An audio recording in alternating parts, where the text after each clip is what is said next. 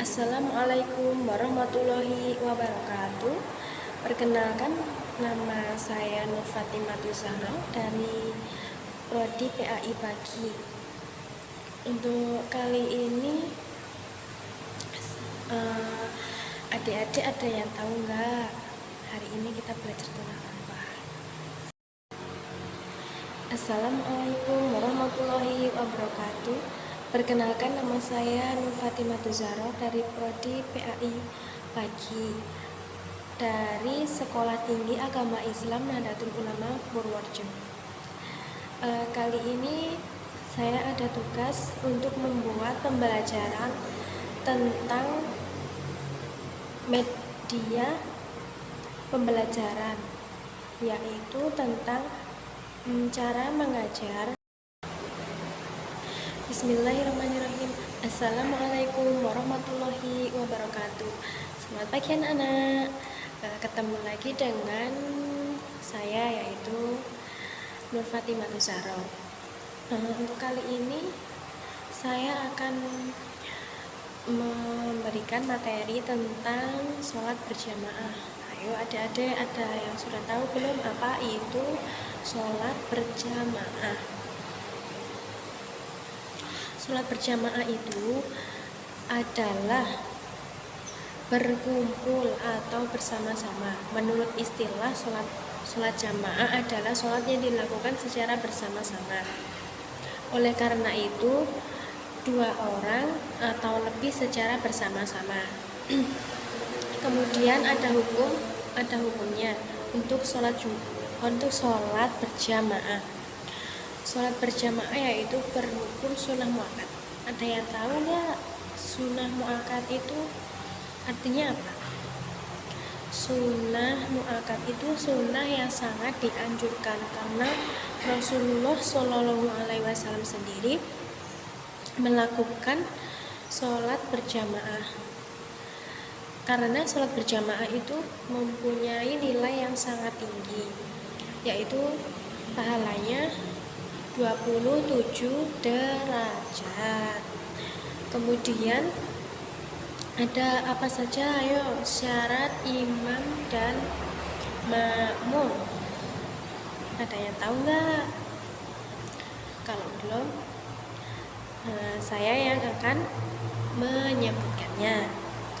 Yang pertama yaitu syarat menjadi imam.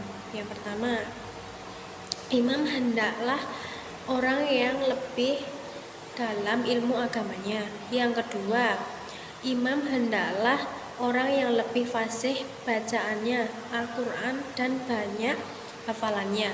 Yang ketiga yaitu imam hendaklah yang lebih tua, umumnya baik dalam penampilannya.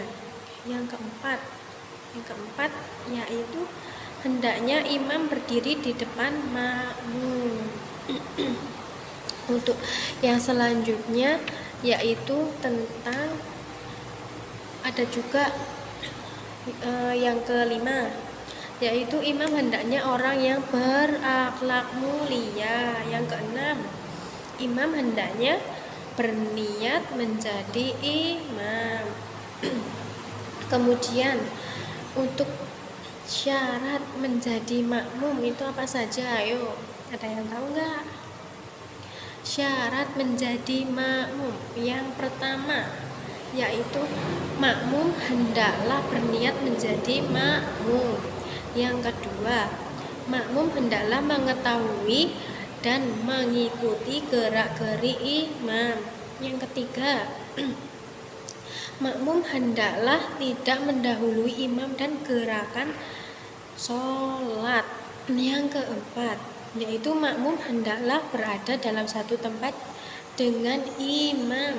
Yang kelima, yang terakhir, yaitu tempat berdiri makmum berada dalam satu tempat dengan imam. Untuk selanjutnya, materi selanjutnya yaitu cara melakukan sholat berjamaah. Ada yang sudah tahu cara melakukan sholat berjamaah itu bagaimana? Saya sebutkan ya. Yang pertama, sholat tempat makmum tidak boleh di depan imam. Karena apa? Karena yang menjadi patokan adalah tumit, yakni belakang telapak kaki. Kalau makmum terdiri dari 2 atau lebih, maka mereka semuanya berbaris di belakang imam. Tetapi kalau hanya seorang saja, maka dia di sebelah kiri imam agak mundur sedikit ke belakang. Kemudian yang kedua, mengikuti imam dalam semua gerakan. Karena apa? Makmum memulai pekerjaannya sesudah imam sedang imam mendahulukan selesainya. Makmum dalam setiap pekerjaan. Apabila makmum tertinggal oleh imam selama 1 rukun, maka makruh hukumnya. Bahkan dianggap sholatnya jika dia tertinggal 2 rukun yang panjang, misalnya imam sudah sujud dan bangkit, sementara makmum masih berdiri untuk sujud, padahal tidak ada uzur. Jika ada uzur seperti karena lambat bacaannya atau faktor fisik, maka itu tidak apa-apa. Kemudian yang ketiga yaitu mengetahui perpindahan imam dengan cara melihat langsung atau melihat sebagian saf atau mendengar suara imam atau mubalik. Yang keempat, antara imam dan makmum tidak ada jarak tempat yang terlampau jauh apabila kedua-duanya tidak berada dalam masjid. Adapun kalau berkumpul dalam satu masjid, maka jamaah tetap sah.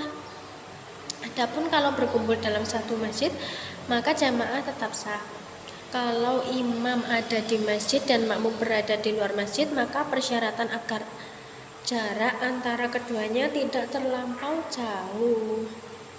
Kemudian yang kelima, itu ada makmum berniat berjamaah atau menjadi makmum. Di sini niat ini disyaratkan agar bareng dengan takbiratul ihram. Kemudian jadi kalau ada seorang tidak berniat menjadi makmum, namun demikian dia mengikuti gerakan-gerakan imam, maka sholatnya batal. Tetapi kalau mengikuti gerakan imam hanya karena kebetulan saja tanpa sengaja, maka sholatnya tidak batal. Kemudian materi yang selanjutnya adapun tata cara pengaturan saf dalam sholat berjamaah. Yang pertama yaitu jika makmum hanya seorang, maka dia berdiri di belakang sebelah kanan imam. Jika lebih dari seorang, maka makmum berada di belakang imam, sehingga imam jangan membuat saf baru ketika saf depan belum penuh. Apabila makmumnya terdiri dari laki-laki, perempuan, dan anak-anaknya, maka laki-laki menempati agar saf paling depan, kemudian anak-anak dan saf wanita yang paling belakang. Wanita tidak boleh menjadi satu saf dengan laki-laki. Yang kedua yaitu gerakan sholat makmum mulai dari takbiratul ihram sampai dengan selesai atau salam, selalu mengikuti gerakan-gerakan imam dan tidak boleh mendahului imam. Yang ketiga yaitu dalam sholat berjamaah, yaitu ketika imam membaca ayat atau dengan suara keras, makmum tidak usah lagi membaca, cukup dengan mendengarkan saja. Untuk selanjutnya yaitu ketentuan makmum masbuk. Yang pertama, ada apa aja yo? Yang pertama yaitu makmum masbuk harus mengikuti imam pada keadaan yang dia dapati, yaitu dia langsung berniat dan mengucapkan takbiratul ihram, lalu mengikuti gerakan imam. Apabila imam sujud, maka dia ikut sujud. Yang kedua, makmum masbuk dihitung mendapat 1 rakaat apabila dia masih sempat mendapati rukuk bersama imam. Yang ketiga, yaitu makmum masbuk mengganti rakaat yang tertinggal setelah imam salam. Untuk materi selanjutnya yaitu tentang cara mengingatkan imam yang lupa. Ada yang tahu nggak cara mengingatkan imam yang lupa dengan rakaat sholatnya itu bagaimana? Yang pertama yaitu jika imam keliru dalam bacaannya dan gerakannya, maka hendaklah makmum mengingatkannya. Untuk mengingatkan perbuatan imam yang keliru, makmum mengucapkan tasbih atau subhanallah bagi makmum laki-laki dan bagi makmum wanita dengan menepuk punggung kiri pada bagian dalam telapak tangan kanan. Kemudian kedua cara tersebut, baik ucapan tasbih maupun tepuk tangan, harus bisa terdengar oleh imam. Agar apa? Apabila keliru itu adalah bacaannya, hendaklah makmum mendengarkannya. Kemudian bila imam lupa meninggalkan rukuk sholat seperti sujud atau rukuk dan makmum telah mengingatkannya dengan tasbih. Kemudian yang materi selanjutnya yaitu tentang cara menggantikan imam yang batal. Itu bagaimana? Ada yang tahu nggak? Ini saya akan menjelaskan tentang cara menggantikan imam yang batal. Itu bagaimana? Apabila seorang imam batal, maka dia digantikan oleh makmum yang tepat di belakangnya. Imam dapat diganti melalui syarat yang mudah dipahami. Kemudian makanya sangat dianjurkan yang berada di belakang imam itu adalah yang siap menggantikan imam apabila dia lupa, yaitu orang yang paham agama. Ada beberapa yang harus diperhatikan terkait imam yang batal dalam sholat berjamaah, yaitu apa saja? Yang pertama yaitu makmum adalah yang pertama yaitu makmum sebelah belakang kanan imam yang berhak menjadi pengganti imam kalau batal sholatnya. Yang kedua yaitu imam memberi isyarat kalau dirinya batal dengan cara bergeser ke kanan dan balik kanan. Yang ketiga, makmum yang di kanan imam menggantikan maju ke depan menempati posisi imam dan melanjutkan tugas. Untuk yang keempat yaitu ada juga model yang imam keluar barisan dengan soft bergeser, yaitu yang kanan bergeser ke kiri menempati ruang kosong, begitu seterusnya sampai lengkap. Imam yang menempati ruang kosong, begitu seterusnya sampai lengkap. Imam yang batal ambil wudhu dan masuk di barisan paling belakang atau yang kosong, atau sesuai kondisi untuk melanjutkan ikut imam baru secara masbuk.